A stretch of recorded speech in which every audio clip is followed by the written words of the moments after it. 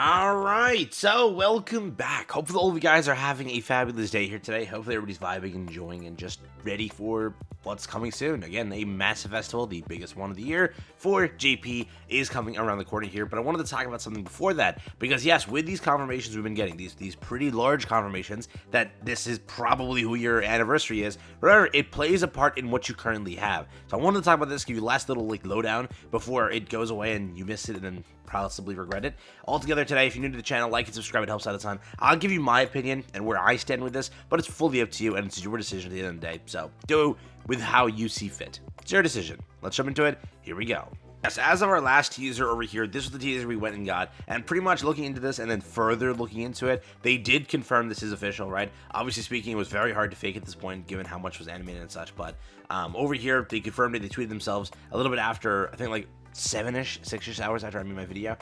They finally went and tweeted it. The garden party is confirmed. That's what it is, the name of the festival. It is releasing 5/22. It looks like it's obvious. It seems to be King and Deanne. I think that's now confirmed. For anybody that's been doubting it, this teaser confirms that. And now, because that confirmation is kind of there, that this festival is some seemingly very giant festival, just remember, their latest update, or a recent update, was hyping up what? Typing, right?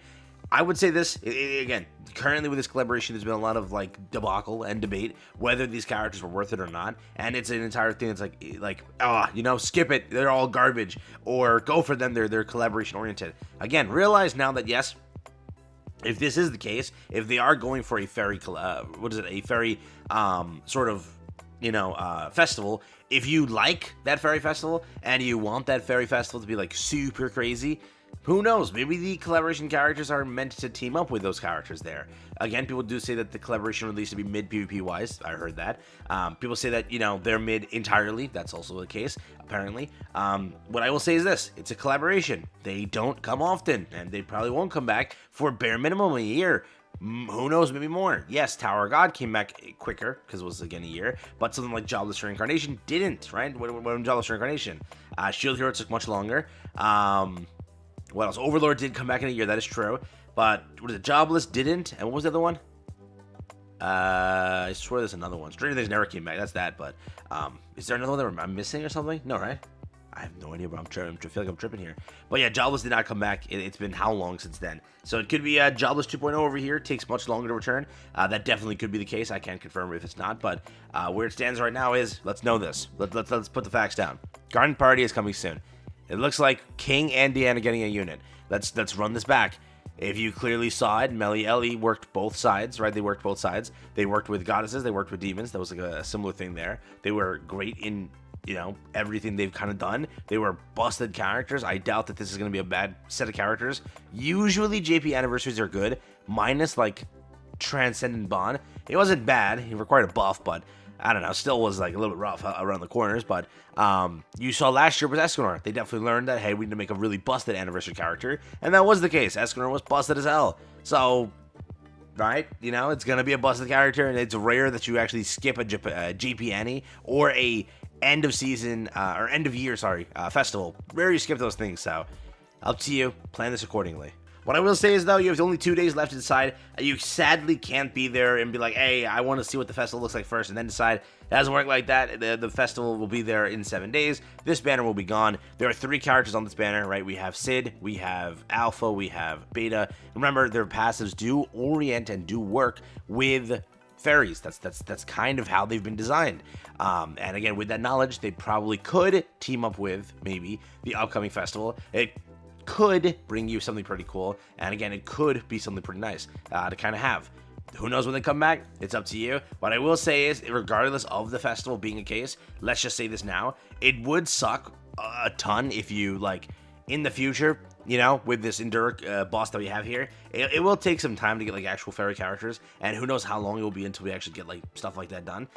So it would be nice to at least have these 2 characters, right? They are both blue, and probably for a bit now, King and Deanne could be blue. I truly think they are going to be blue. I think they are designed for the Endura boss, but you know, Alpha, the way she is, she's really good in the Endora boss, and is going to be a character that's going to be exclusively there for a while, in my opinion. Again, King and Diane could replace them. There's no doubt about that, but who knows if they don't? Who knows if they just get added onto the team, right? King, Alpha, Diane, who knows, right? Instead of Lancelot could get removed. Alpha could remain. She is a very, very hard-hitting character in that stage. So just Endora alone, they're 10 out of 10. PvE-wise, I did a showcase on something. Which one did I do? I did it on one of the demonic beasts. They're 10 out of 10 PvE characters. There's no doubt about that also. So they're great there. It's just, they're going away. And now you have a Fairy Festival. If you want them to work together, be my guest and get them. Who knows if they don't, though? Regardless of this festival existing, I would always say it's always worth it to have one of each. It's always worth it to have, and it's something that you would always want to do. Who knows? Maybe Beta is the best, unit. So for those that 6-6 Beta, you now have the best bench unit ever for fairies and such. As again, have you seen her passive? It works very well. All these characters obviously work with two things. They work with fairies, and they work with also shadow. So both of those things being shadows and then fairies is kind of what they operate with. Sid operates with humans, so he's something else, but they all operate with fairies basically, so that's kind of how it goes. But that's where it stands, right? To make the decision. It's your final chance. You only have 2 days left. Do you want these characters? Let them go forever. If you want to go and dupe them, it's your chance. If you think my comment section is currently on this tangent that like King and Deanna, like the most mid characters in all of history, they're like actual trash, is what my comments are saying. So if that is the case, if you actually feel that they are actual trash, ignore that. If you think that they're actually trash, be my guest and just skip it. Be my guest and just move on and go for the festival collaboration instead, or go for the next collaboration, which I think is it's around August or something like that. Be my guest and go for that if that's more your style and such. But I think that King and Deanna are going to be really good. I think they're going to be designed similarly to how Melly Ellie is designed, and if that is the case there, you're expecting again very, very powerful characters, and again characters that will definitely help both giants and probably fairies, right? Obviously, Melly Ellie, similar situation, worked in both, great in both. I can't stand against that. So it's up to you. All right, last decision. Go ahead, be my guest. Put your multis. I'll put my last 10 pull in and I'll end this banner here. For me, the banner was horrific. I'll be honest. I did probably the most gems I've ever spent in a banner, like ever, was in this banner here, and I just pulled nothing, dude. This was my worst banner ever.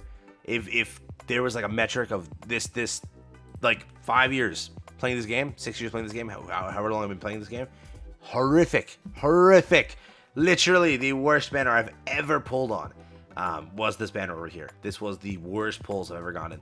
I not even joking. I just so you know, I 7-8 this, like 8-6 this, like automatically in the first rotation.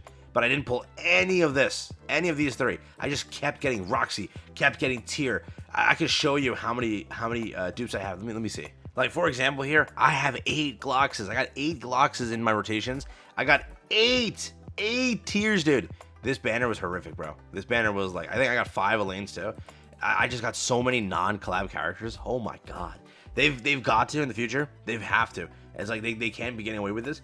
Like straight up. You're removing one collab character, you should be upping this 3%, right? Or not even, keep the 3% fine. You should up the 0.25s to 0.33s. And then have it as a 1% for this, and then this. That's how usually a collab goes, if it's a 4-character collab. Now, 4-character collab's dead, so these rates should be upped. There should be no excuse that these aren't upped. These should be 0.33 each, okay? Because that's how it works. It's a 1% on a 3%, and that's usually how it operates. Back then, with double characters, they both are 0.5 on a 3%, which means a 1 in a 3 chance to get what you're looking for. This is less than a 1 in a 3, so it's even more horrific. But yeah, minus those points. Still worth it to have a copy of each, just in case future stuff requires it. It's up to you. Also, while I'm at it, just finish all the events over here. There's a lot of stuff active. Make sure you crafted the relics, make sure you've done everything, and just make sure you finish the content associated, otherwise you missed out. Take care, have fun. It's been it from me.